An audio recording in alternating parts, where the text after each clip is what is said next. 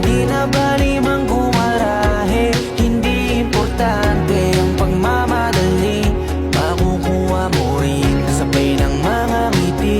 Hayaan mo na yung mga puro lang salita, walang makakapigil lalo kung meron kang tiyaga. Maniwala ka lang, panahon lang din yan.